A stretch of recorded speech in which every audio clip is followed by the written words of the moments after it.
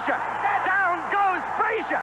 Hey, what's up with it, fam? It's Hot Boxing Minute, your favorite pharmaceutical engineer turned boxing analyst. Back at you with the uncut realness, of course, as only I can bring it. And we got the figures back, folks. We got the figures back from Ryan Garcia versus, Tank Davis versus Ryan Garcia. I guess you got to say the A side first, right? Now, this is a good thing. We got the figures back relatively fast. Let me tell you how boxing works for those of you who are, pay-per-view money counters. We all are in boxing. People want to pretend they don't watch the numbers, but we all do. It's a capitalist society. Stop acting holier than thou, right?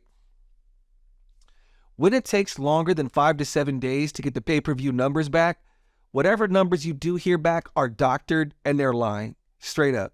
So for those of you that don't know, if you don't hear from an executive from Showtime or an executive from DAZN or an official statement released from Showtime or DAZN, you cannot trust those numbers. The problem is those companies are publicly traded, so they have rules for public trust according to the SEC. They cannot violate the public trust or their investor trust by giving out fake numbers. So if it didn't come from a corporate representative or a public statement from the company, you cannot trust it. And what companies will do is they'll have failures for pay-per-view events, and they'll release it through a media outlet, like, say, Boxing Scene or, say, Ring Magazine. But that doesn't count as an officially released public statement. You see, there's plausible deniability when they release those figures through a journalist. That means that the company doesn't have to take full liability of violating investor trust by putting out bogus numbers. Because when push comes to shove, you cannot lie about your pay-per-view numbers. So when it takes more than 5 to 7 days to get those numbers, they're lying. They're lying. But we got these numbers for Tank versus Ryan relatively fast, just to let you know. And the numbers that came back were pretty phenomenal. 1.2 billion estimated pay-per-view buys. They broke the gate record, 22.8. It's the 5th largest event in Las Vegas, Nevada history as far as a combat sports event, and that's amazing. They're competing with UFC, and UFC is cleaning house, and they sold 22.8 million at the front gate. Now, to do the quick, everybody talks about pocket watching. We can all pretend we don't. We do. It's a capitalist society. Tank and Ryan sold 1.2 million pay-per-view units at $85 a pop. That's $102 million in a huge pot. Now, don't forget the gate money they made, $22.8 million.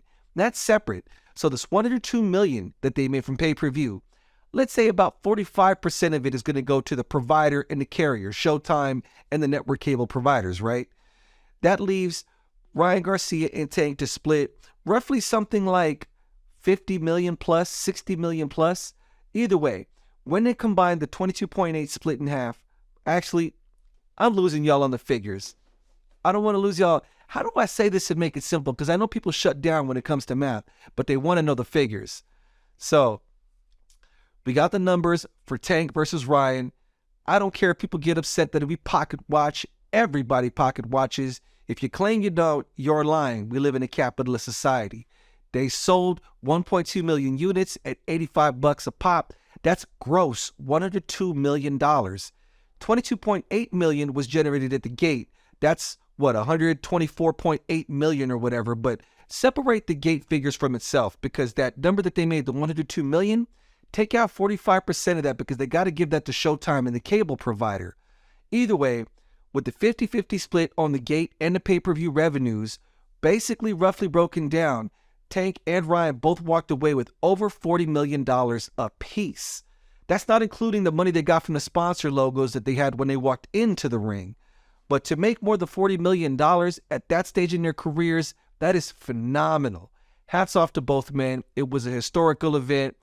Boxing was on the main stage, and they sold over 1 million pay-per-view units. And I was thoroughly entertained by the event. I was thoroughly entertained. Everywhere I went, it was playing in downtown San Diego. It was at all the bars.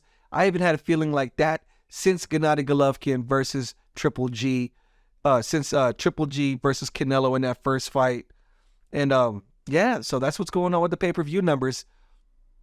And didn't take too long for us to get those numbers back. So you get a certain level of confidence when you get pay-per-view numbers back as fast as we did Tank versus Ryan. Let me give you a general rule of thumb, folks. If it takes more than 7 days to get the numbers back, whatever numbers back you get, you're being lied to. You're being lied to. Usually when the numbers come within 3 to 4 days after the event, that's because the companies are proud of the numbers they pulled. Now, let me tell you, when it comes to pay-per-view numbers in these companies, if it's not a public release statement, if it's not a publicly released statement from, say, a Showtime executive or a DAZN executive or a public statement from Showtime or DAZN, you can't trust those figures.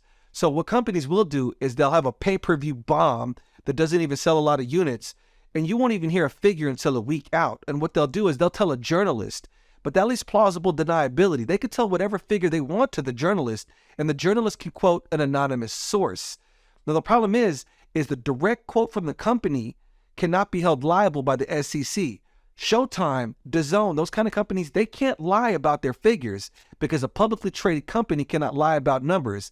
That's against investment laws. That's against Securities, Exchange, and Trust Commissions, and that goes against investors' trust. You cannot violate the investor trust. So when these companies like Showtime or DAZN release a statement through a journalist outlet and not a direct quotable statement from an executive that works at Showtime or DAZN or what have you, you can't trust it because they can say whatever.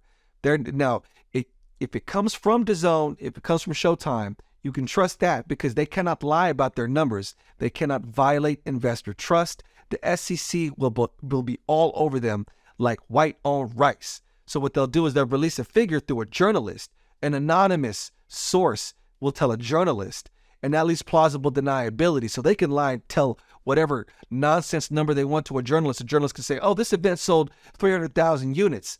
But there's no way to hold the corporate company responsible for that figure because it wasn't released by the company itself. Art of war. Art of war.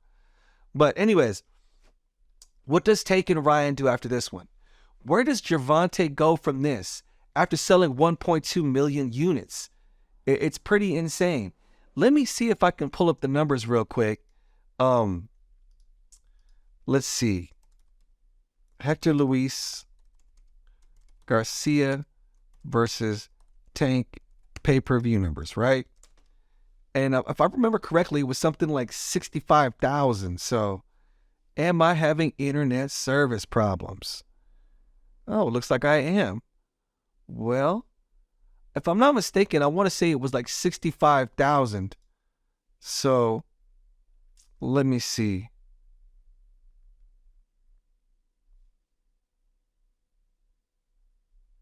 Was it?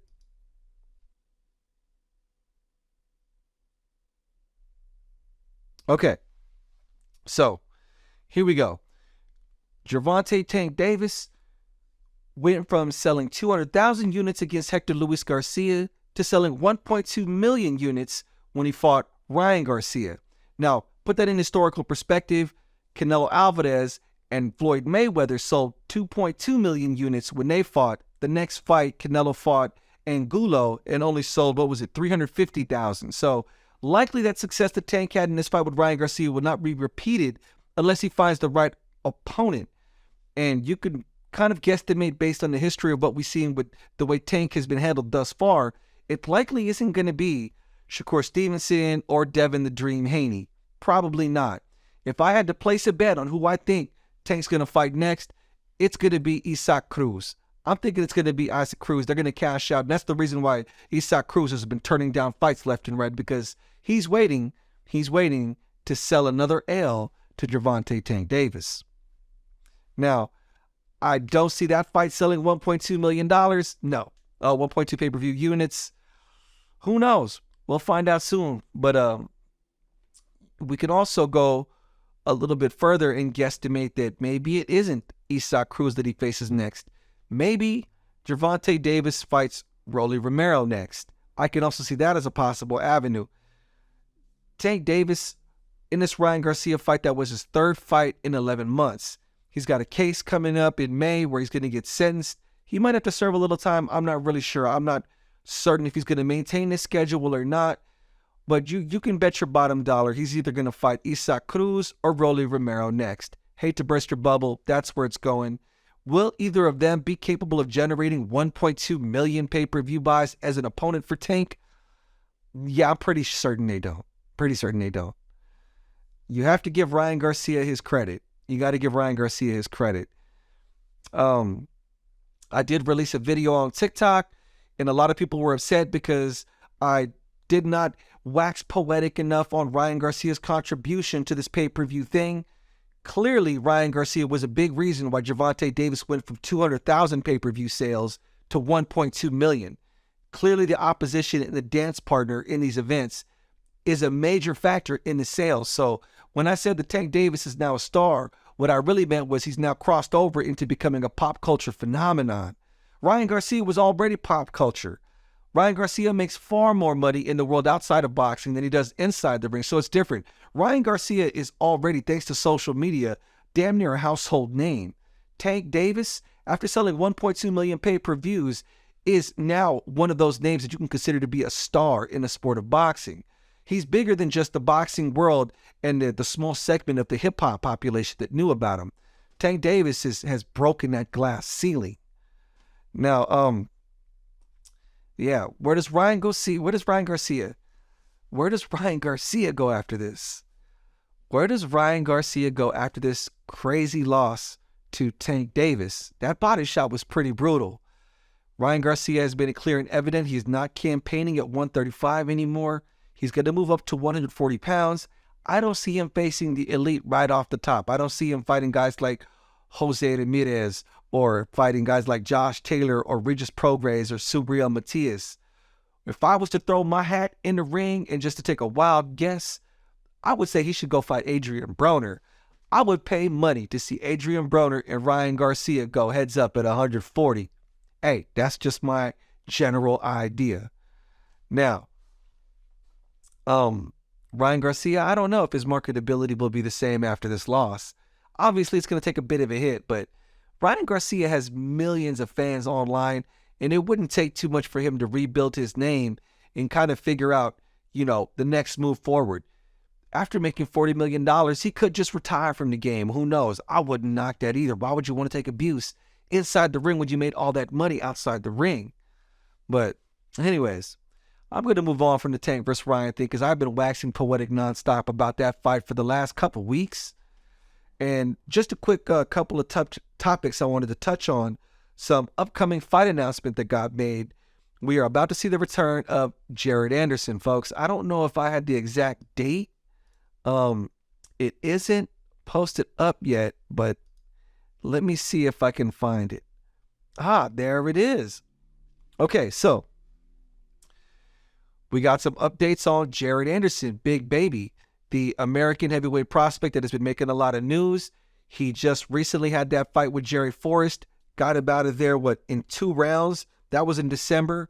And then just this last April, he got that 3rd round stoppage over George Arias on the undercard to his stablemate, Shakur Stevenson, fighting Yoshino. Well, he's going to be back, this time fighting in Toledo, Ohio, around his own people in his hometown. He's going to be fighting, I believe it's January, February, March, April, May, June, July. So, July. So, goodness. I totally ruined that one. Jared Anderson, he's making his return to the ring this July in a hometown fight in Toledo, Ohio against Jan Kosabutsky. I know Jan Kosabutsky from his most recent fight knocking out Johan Duapas. If you don't know who that is, go do your research. But Jared Anderson has been on a tear. Just earlier this month, he fought on his stablemate Shakur Stevenson's undercard where he knocked out George Arias and gave that man his first loss. And then in December, he fought Jerry Forrest, knocked him out, I think, in the 2nd round. So we get to see the return of Big Baby Jared Anderson fighting Jan Kosabutsky, who is a heavy-handed southpaw. And this is great because we've seen Jared Anderson develop. He's fighting regularly, and each time he fights a new opponent, they get incrementally tougher, so he's increasing his skill set. So boxing community, are we excited about seeing Jared Anderson back in action again this July in Toledo? Let me know in the comment section. Now, one more last thing. We got the return of, or I wouldn't say it's the return, rumors, more like it, rumors. So, In the middleweight division, we got Jaime Munguia. And I just recently picked up on this as I was floating around the internet. So, Jaime Munguia, the fighting pride of Zona Norte, who many boxing fans are kind of frustrated because he hasn't had the toughest level of opposition the last few outings, the last few years for that matter. He was asked by Ellie Sekbak when he was seen this weekend at the Tank vs. Ryan fight what upcoming fights he has, and the only name he said was Sergey Derevchenko. Now, I like that matchup, the idea of Jaime Munguia versus Sergey Derevchenko. Jaime is ranked number 2 in the ring ratings for middleweights. Sergey Derevchenko is ranked number 6. For those of you who don't remember, Derevchenko had that fight with Triple G that many felt Derevchenko should have won, but he lost by decision. He had a great outing against Danny Jacobs, did recently lose against Charlo, but I think it'd be a great fight for Jaime Munguia. Boxing community, is there any excitement out there to see Jaime Munguia versus Sergey Derevchenko? Let me know in the comment section, y'all. Let's chop this up. Anyways, y'all, I'm going to end the video on that note. Leave a comment, hit that like button, and follow if you haven't already done so. Cop some merch. Hello. The link is going to be in the description for the video. This is Hot Boxing Minute, y'all, the future of boxing analysis on YouTube and TikTok. Peace.